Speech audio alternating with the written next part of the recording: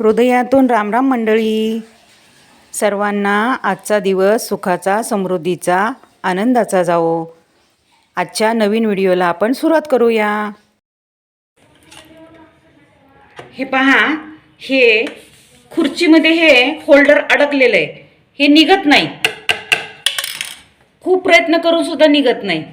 आता बघा, ह्याची सोपी ट्रिक तुम्हाला दाखवते कशी काढायची. ती अजिबात निघत नाही. हे बघा, पूर्ण प्रयत्न करून सुद्धा जागचं हालत नाही ते.